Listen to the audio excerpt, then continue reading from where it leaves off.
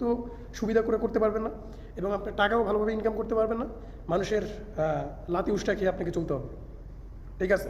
আর যদি আপনি বলেন যে ভাই আমি কাজ জানি না, আমি হেল্পারের কাজে আসবো, তাহলে হচ্ছে ভিন্ন ব্যাপার, ডাজেন্ট ম্যাটার এটা।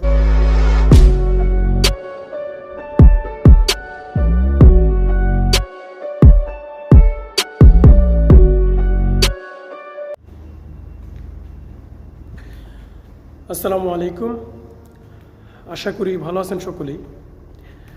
মরিচ চাষে আপনার জন্য কোন কাজ সহজ হবে এবং সুবিধাজনক হবে? আমার কথা কি বুঝতে পেরেছেন? আপনি মরিচ চাষে আসছেন, আপনার কাজ যদি ভালো না লাগে তাহলে কি আপনি কাজ করতে পারবেন? পারবেন না।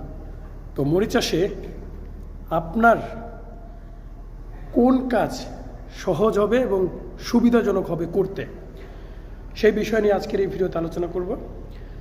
ভিডিওটি ধৈর্য সহকারে দেখবেন, ইনশাল্লাহ বুঝতে পারবেন। এবং ফেসবুক পেজ থেকে এবং যারা ইউটিউব থেকে দেখছেন সবাই ফেসবুক পেজটি ফলো করবেন এবং ইউটিউব চ্যানেলটি সবাই সাবস্ক্রাইব করে আমার সাথে থাকবেন নিত্য নতুন মরিচ চাষের ভিসা এবং কাজ সম্পর্কে আপডেট পেতে। প্রবাসী ভাইরা অনেকেই আমাকে কমেন্ট করে বলেন যে ভাই, এজেন্সি আমাকে রেস্টুরেন্টের কাজে দিয়েছে, কৃষি খামারের কাজে দিয়েছে, সুপার মার্কেটের কাজে দিয়েছে, বেকারির কাজে দিয়েছে, এখন আমি কোন কাজে আসলে আমার বেশি ভালো হবে? এই প্রশ্নটা কিন্তু আমাকে অনেক প্রবাসী ভাইরা করেন, অনেক যারা মরিচ চাষে যাবেন তারা আমাকে অনেক করেন ভাই, বিশ্বাস করেন অনেক করেন। তো এটার কমেন্টের রিপ্লাই দিতে দিতে ভাবলাম যে ভিডিও না করলে হয়তো আপনাদের এই প্রশ্নটার সমাধান করতে পারবো।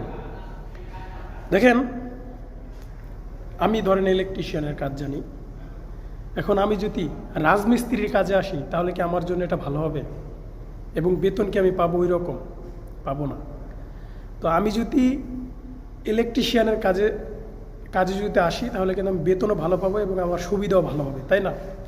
তো সেম জিনিসটাই আপনি যদি বেকারের কাজ জানেন, আপনি যদি কৃষি খামারের কাজ জানেন, আপনি যদি সুপার মার্কেটের কাজ জানেন, আপনি যদি পাইপ ফিটার, মানে আপনি ধরেন আপনার ভিতরে এমন কিছু আছে নলেজ, বা আপনি এমন কোনো কাজ জানেন, আপনি সেই কাজে যান, আপনার জন্য সুবিধা হবে, আপনার জন্য সহজ হবে, আপনার জন্য টাকা ইনকাম করা দিস ইজ ভেরি ইজি হবে।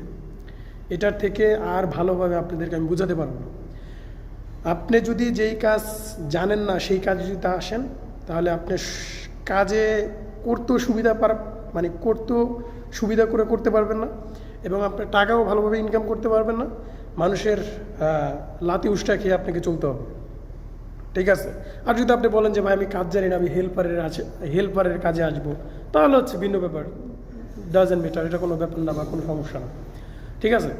তো আপনারা যদি যারা এই প্রশ্ন করেন বা এই কথাবার্তাগুলো বলেন যে ভাই কোন কাজে আসলে ভালো হবে, কেমন স্যালারি পাবো, কী সুযোগ সুবিধা আছে কিনা, ধরেন অনেক ভাই আমাকে বলে যে গার্মেন্টসের কাজে, ঠিক আছে, গার্মেন্টসের কাজে আসলে ভালো হবে কিনা, বেকারির কাজ আছে, কৃষি কাজ আছে।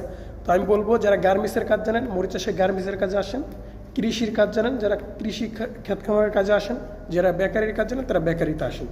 মানে আপনি যেই কাজ জানেন সেই কাজে আসেন, আপনার জন্য সহজ হবে এবং সুযোগ সুবিধা দিয়ে অনেক ভালোভাবে থাকতে পারবেন এবং অনেক মোটা অঙ্কের টাকাও আপনি ইনকাম করতে পারবেন। তো প্রবাসী ভাইরা, এটাই ছিল আজকের মরিচ চাষের সর্বশেষ আপডেট বা খবর আপনাদেরকে জানালাম যে কি করলে আপনি সুযোগ সুবিধা মতো থাকতে পারবেন। তো প্রবাসী ভাইরা, ভিডিওটি যদি ভালো লেগে থাকে তাহলে অবশ্যই লাইক করবেন, ভিডিওটি শেয়ার করবেন, যারা ফেসবুক থেকে দেখছেন ফেসবুকে শেয়ার করবেন, ইউটিউবে শেয়ার করবেন, সবাই পেজ এবং ইউটিউব চ্যানেলটি সাবস্ক্রাইব করে আমার সাথে থাকবেন। তো আজকের মতো এই পর্যন্ত ছিল, যদি কারো কোনো ভিডিও দরকার হয় তাহলে অবশ্যই জানাতে পারেন। তো ভালো থাকবেন সবাই, খোদা হাফেজ।